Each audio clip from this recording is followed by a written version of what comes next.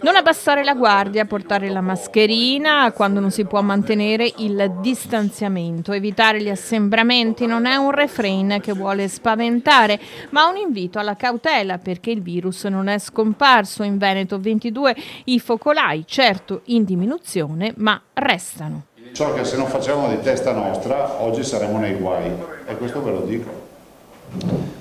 Preghiera assoluta ai cittadini di darsi da fare, di mettersi d'impegno. Vi dico anche una cosa, che attualmente in Veneto ci sono 22 focolai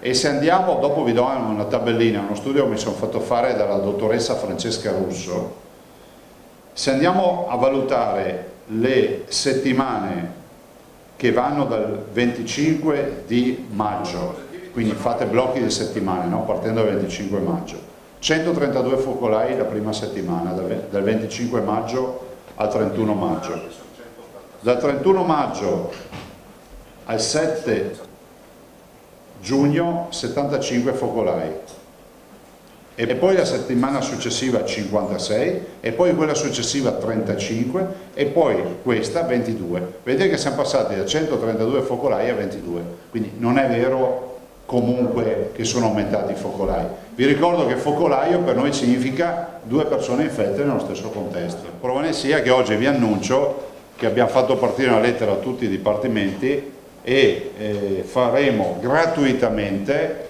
il tampone a tutte le badanti. Sì, che tornano ovviamente, nel senso che al ritorno, quindi chiediamo la collaborazione delle badanti che mi stanno ascoltando affinché sappiano che la collega che sta arrivando deve segnalarsi e glielo facciamo gratuitamente. Ai familiari degli assistiti di sapere che quando hanno la badante in arrivo facciamo il tampone.